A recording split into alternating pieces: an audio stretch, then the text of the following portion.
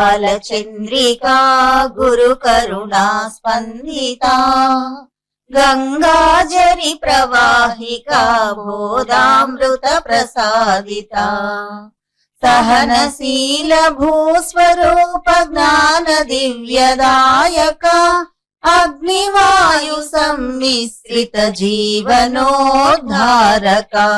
అగ్నివాయు సమ్మిశ్రిత జీవనోద్ధారక శరత్కాల చంద్రికా గురు కరుణా స్పందిత. అందరికీ నమస్కారం. మనం ప్రతి శనివారం జరుపుకునే స్వామి భక్తుల సత్సంగానికి శుభాహ్వానం పలుకుతూ, స్వామి భక్తుడు రాజుపాడానికి చెందిన చెమర్తి జయరామరాజు ఇంటికి స్వామి తరచుగా వచ్చినప్పుడు ఆ ఊర్లో జరిగిన ఎన్నో దివ్యలీలను వివరించుకుంటూ వస్తున్నాము. ఆత్మీయులారా, ఈవేళ స్వామి భక్తుల సత్సంగానికి శుభస్వాగతం పలుకుంటూ మనం జయరామరాజు ద్వారా లభించిన స్వామి లీలలు పునశ్చరణ చేసుకుంటూ ఉన్నాం. ఆ రాజుపాళెం, కుల్లూరు అవి ఒకప్పుడు స్వామి దయాపాత్రమైన గ్రామాలు. ముఖ్యంగా నెల్లూరు జిల్లాలో నెల్లూరు తరువాత ఎక్కువ మంది చదువుకున్న పిల్లలున్న ఊరు ఆ కుల్లూరు. అది రాజుపాళెం అయ్యేంత దాదాపు ఒకే ఊళ్ళు. కుల్లూరు హై స్కూల్లో ఎంతోమంది విద్యార్థులు చదువుకొని ఎంతో అభివృద్ధిలోకి రావడం వెనక స్వామి కృపా కరుణ ఉన్నాయి. ఒక సందర్భంలో స్వామి అంటారు, అయ్యా మీ ఊరికి విద్యను ఇచ్చారు, భగవంతుడు విద్యను ఇచ్చారు అని. భగవంతుడి యొక్క కరుణ కృప కటాక్షం వల్లనే వాళ్ళకి అక్కడ స్కూల్ పెట్టుకోవాలనిపించి దాని ద్వారా అన్నీ కలిసి వచ్చి పిల్లలందరూ అభివృద్ధిలోకి రావటం వెనక స్వామి దయ ఉండటం నమస్కారం పూర్వకమైన విషయం. ఈరోజు మనకు పెద్దావిడ వాగ్దానం ఇస్తుంది, తన జ్ఞాపకాలు పంచుకుంటోంది. ఎప్పుడో 80 ఏళ్ల వృద్ధురాలు తన బాల్యంలో విషయాలు చెబుతుందనమాట. అవి చూడముచ్చటైనవి. ఆమె స్వయంగా చెప్పటం, ఆమెకు మంచి వ్యవహార శైలి ఉండడం మన అదృష్టం. జయరామరాజు మేనకోడలు చెమర్తి జయమ్మ, ఈమెకి 86 సంవత్సరాలు. ఈ జయరామరాజు కజిన్ బ్రదర్కి కృష్ణరాజు కుమారుడికి ఈమెనిచ్చి వివాహం చేశారు. ఈమెకి 2 కుమారులు, రమణరాజు, సుబ్రహ్మణ్యరాజు. వీళ్ళు కూడా మన సత్సంగంలో వాళ్ళ కుటుంబంలో జరిగిన ఎన్నో దివ్యలీలలు వివరించి ఉన్నారు. ఈమె అమ్మగారూరు, అత్తగారూరు 2 రాజుపాళెమే కావడంతో స్వామి చిన్న వయసు నుంచి ఈమెకి బాగా తెలుసు. పెద్దయ్య రాజు ఈమెకి చిన్నాయన అవుతారు. ఈ పెద్దయ్య రాజు, జయరామరాజు, తులసవ్వ, వక్కెమ్మ, చలమానాయుడు వీళ్ళందరూ స్వామితో ఉండేవారని, ఆ రోజుల్లో స్వామి ఆహారం ఎలా స్వీకరించేవారు, ఎప్పుడు గుండం వేసుకుని ఉండేవారు, తన చిన్న వయసులో జరిగినవన్నీ తను చూసి చెప్పారు. నమస్తే అమ్మా. వెంకయ్య స్వామి గురించి, గురించి మీ పేరు చెప్పండి. నా పేరు సమర్థి జయమ్మ. వయసు 86. అదే మా బాగా వెంకయ్య స్వామి ఇంటి కానీ ఆ ఇంట్లో కానీ లోపలికి మా తీరం మామే మేనమామ అవుతున్నాకు, మా అమ్మ కన్న అవుతుంది. ఆ ఇంట్లో పక్కన ఆడ మొత్తాలు వేసుకుంటాను. ఈ ఇంట్లో చింతమాను ఉంటే మొత్తాలు వేసుకునేవాడు. ఇప్పుడు మేము ఎప్పుడు పోయినా బాగా చూసేవాడు. మా అమ్మవాడు కూడా బాగా మా ఇంటి పక్కనే ఉండేది. ఆయన అంటే మా అమ్మ ఇంటి పక్కనే ఉండేది. అంటే మా నాయన చిన్న ఆయన, ఒక ఆయన తమ్ముడు మా నాయనకు. మీ అమ్మ వాడి పేరమ్మా? నందిమాడు వెంకటరాజు సాలమ్మ. వాళ్ళ ఇంటి పక్కనే ఉండేది ఎప్పుడు. మా పెద్దయ్య, ఆయన పెద్దయ్య, ఆయన కాళ్ళే ఎప్పుడు ఉండేది. అన్నం చెప్పు తెచ్చుకునేది పాపం. ఆ రోజు 10 మంది వస్తారు కదమ్మా స్వామి కాడికి. అట్లాంటప్పుడు అన్నం తెచ్చేది, తలారం తింటూ. వాళ్ళకి అందరికన్నా ఒక ఇంట్లో ఉండదు కదమ్మా, ఎవరింటి ఇప్పుడు ఇంటప్పుడు వస్తే తెచ్చి పెడతా ఉండండి. ఆయన పెద్దయ్య కూడా పాపం. ఆ దిరామావ ఆయన పెద్దయ్య, మా చిన్న ఆయన ఎప్పుడు స్వామితో కూడా ఏమడి ఉండేవాడు. చలమానాయుడు, తులసమ్మ, బుక్కమ్మ. శనివారం ఎప్పుడు దాంట్లో స్వంత విసిరేది. ఉప్మా చేసి కనుక స్వామి బాగా తింటాడు. స్వంత పిండి ఆ రోజు అదే మహానుభావుడు. అదే ఈమెకి 13-14 సంవత్సరాల వయసులో ఒకరోజు తేలు కుట్టడం జరిగింది. బాగా ప్రమాదమై కుల్లూరుకి తీసుకెళ్ళిపోతాం అనుకునే సమయంలో స్వామి పెద్దయ్యరాజు ఇంటికి వచ్చారని తెలిసి వెంటనే అక్కడికి తీసుకెళ్లారు. ఈమెను తీసుకోపోయి అక్కడ పడుకోబెడితే స్వామి అలాగే మంత్రించారు. ఫస్ట్ తర్వాత లేవదీసి నిలబెట్టమని మళ్ళీ మంత్రించారు. ఇప్పుడు కాళ్ళు చేతులు 3 సార్లు విదిలించుకోమ్మా, ఇంకా నీకు తగ్గిపోద్ది అని స్వామి చెప్పారట. అట్లాగే చేస్తే ఆ కుట్టిన చోట కొద్దిగా చెమచెమ్మనింది. ఆ తర్వాత బాగా తగ్గిపోయింది నాకు. ఆ విధంగా నాకు చిన్నప్పుడు జరిగింది అనేది కూడా ఈమె ద్వారా తెలిసింది. ఆయన బాగా లేకుండా నాకు తీరు గుట్టి బాగా లేకుండా అంటే ప్రమాదం కుళ్ళూరు కన్నా తీసుకోదాం అంటే వద్దు, పక్కనే కదా గోడ అవతలే సాఫ్ వేసి నడవలో బండ పెట్టమని. బండ పెట్టిన తర్వాత మా మంత్రి ఇచ్చాడు. మంత్రి ఇచ్చిన తర్వాత లేవదీయమని. లేవదీసిన తర్వాత మళ్ళా మంత్రి ఇచ్చాడు. మన ఇదులు పాప అని 3 మాటలు పాడు చేతులు తెచ్చి 3 తగ్గిపోయింది బాగా. ఆ పుట్టిన కాడనే వచ్చి లేకుంటే పిల్లలు తీసుకోమని అంటామని అట్లా చేశాను. అప్పుడు మీ వయసు ఎంత ఉంటుంది? నా వయసు అప్పటికి ఉంటుంది 13-14 ఏళ్ళు. పెళ్లి కాలేదు, ఎంతకన్నా కూడా కాలేదు, 7 వయసు.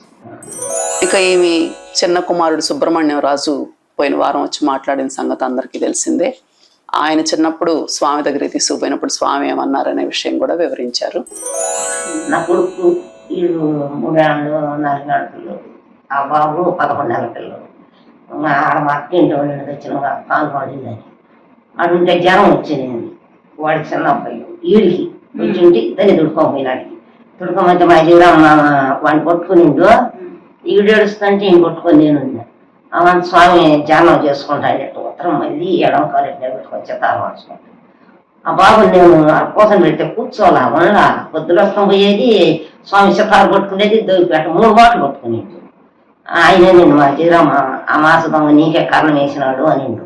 అమాస దొంగ కాదయ్య, ఆయన త్వర. ఆయన ఆ రోజుల్లో కోటీశ్వరుడు, ఈ రోజుల్లో 14 లక్షలకు అధిపతి అనిండు మా జీరమ్మ. ఈ ఆడయ్య 14 లక్షలకు అధిపతి. మా సారమ్మ అది మొత్తం మీద 3 లక్షలకు లేదు. నెల్లూరులో స్టేట్ బ్యాంక్కి ఏమైనా దొంగతనం చేస్తాడేమో అని అనిండు జీరమ్మ. అబ్బబ్బో జీరమ్మ నాయుడు అట్లా ఆయన తప్పు జీరమ్మ నాయుడు, ఆయన దొరయ్య అని అనిండు. నా కొడుకులు 2 పడుతుంది, ₹1 పైసా ఒకటి తగలము మొత్తాన్ని తెలుసు. పిల్లలకి ఏ అనారోగ్యం వచ్చినా స్వామి దగ్గరికి తీసుకెళ్తే వేలి ముద్దర్లు ఇచ్చి ఈ రాత్రి పడుకునేటప్పుడు వాళ్ళ పడకలో పెట్టమ్మా, ఉదయం లేసి తీసేసేయి అని స్వామి చెప్పారు. మేము ఆ విధంగానే చేసుకునే వాళ్ళం అని కూడా ఏం వివరించారు. స్వామికాడికి ఇప్పుడు నమ్ముకొని స్వామికాడికి పోయాను నేను.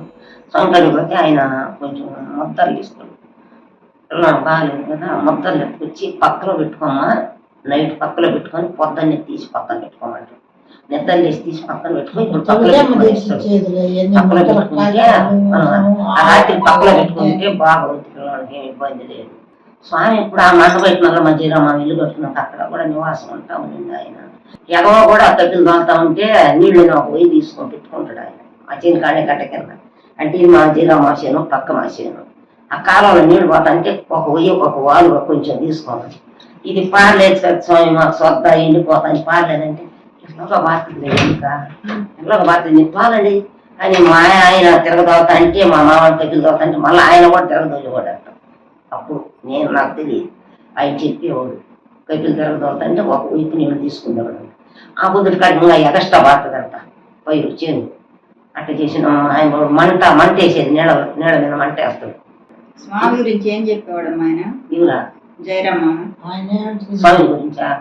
స్వామి గురించి ఎందుకు చెప్తామా? స్వామి మహానుభావుడు చెప్తాడు. ఆయన కూడా మహానుభావుడిని నమ్ముకున్నాడు, స్వామిని నమ్ముకున్నాడు ఎప్పుడు చెప్పాడు. ఎప్పుడు మహానుభావుడు భగవాన్ వెంకయ్య స్వామిని నమ్ముకుంటే ఆయన మనకందరికి కూడా బాగు చేస్తాడనేవాడు. 4 పక్కలే వేస్తాడు. లేదో 4 పక్కలే వేస్తాడు. అది ఏంటంటే వేస్తాడు ఏం మా అంటే అవధూతలు ఉంటారులే, ఏమన్నా కావద్దు అంటాడంట. జీరో మా అంటా అండి, ఎందుకు మా ఆయన వేస్తాండి స్వామి అంటే అవధూతలు ఉంటారులే అని అనేదంట. అన్నం కూడా ఇసిరిసిరేస్తాడు, ముద్దలు చుట్టూ పెడతాడు. ఆయన ఎప్పుడు బాగా ప్రతి ఒక్కరికి ఏ పని చేసిన మహానుభావుడు. ఆయన మర్మం ఇప్పి చెప్పిన మానవుడు కాదు, మనసు మర్మం ఇప్పి చెప్పినరా ఆయన అందరూ తట్టుకోలేరు.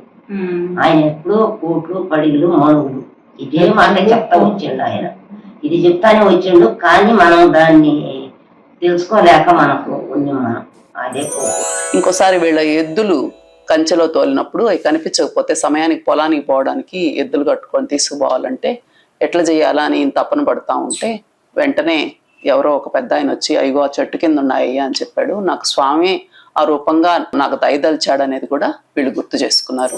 ఒకరోజు ఎద్దులకు ఆకు బండి అడవిలోకి తోలుకొని పోవాలి, బండి కొట్టుకొని పోవాలి, గుంజాకు తోలుకోరాడానికి కూర్చుంటూ కూరని పోవాలని ఎద్దాలను కంచి ఉంది, మాకు కంచి దోలారు. ఆ కంచిలో దోలితే ఆ కంచిలో నుంచి ఈయన తోలపోయాడు. దోలి తెల్లారుజాము నుంచి తోలకొచ్చుకోవాలనుకుంటే ఆ వాగాలను తీసుకుంటే అడుగుకొని నిద్రపోయినంట మీకు జ్ఞాపకం లేదంటే బండి కట్టాలా, ఎద్దులు కనపడ.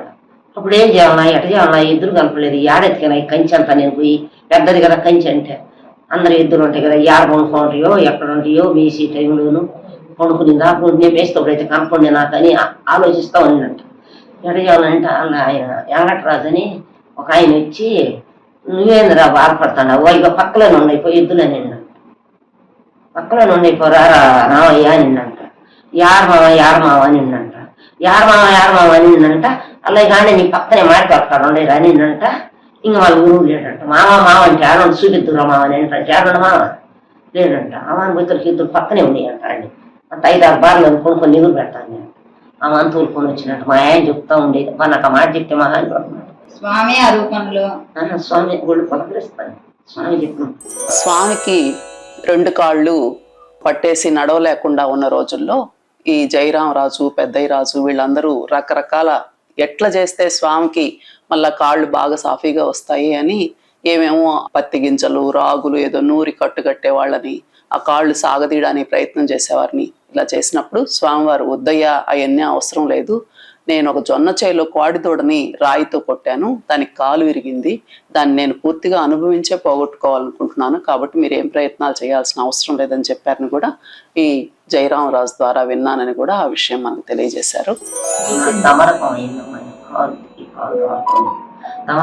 మా చిన్న ఆయన పెద్ద ఆయన ఈ జయరామ రాత తెచ్చి ఉంచుతాను పెట్టి ఉంచుతా ఉంటే, ఏమొద్దు జయరామనాయుడు మీరా, నన్ను ఎందుకు బాధ పెట్టేది మీరు, అది ఏం కాదు నాకు.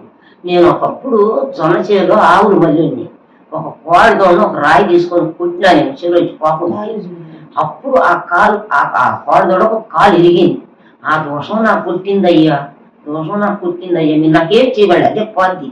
అన్నీ ఈయన పత్తి గింజలు రాగులు ఏమేమిటి నూనె స్వామి కట్టిండు కానీ ఆయన ఏం ఒప్పుకోవద్దు అని చెప్పిండు. ఆయన కోడిదోడ కాలు ఎరగొట్టిండంట. ఆ రోజులో కాలు రాయి అయితే ఇరిగిందంట. ఆ దోషం నాకు పుట్టింది, ఇప్పుడు నాకు ఏం చేయబడలేదు మీరు, అది నేను అనగబెచ్చాలి ఆయన స్వామి కడవసారి అట్లాంటి కూడా చెప్పి దమరకం అంటే అది దమరకం అంటే బొంగరమ్మ దమరకం అంటారంట. దాన్ని మనకు తెలియదు అంటే పెద్దవాళ్ళు మనం ఇన్నోళ్ళు దమరకం అయింది ఒకసారి కారు కుడి కారు దమరకం అయితే మా పెద్ద ఇంట్లో ఉన్నాం. ఇక్కడ విశేషం ఏంటంటే స్వామికి కాళ్ళు బాగలేవు, నొప్పులు వచ్చాయి. అందరూ కలిసి వైద్యం చేయబోయారు.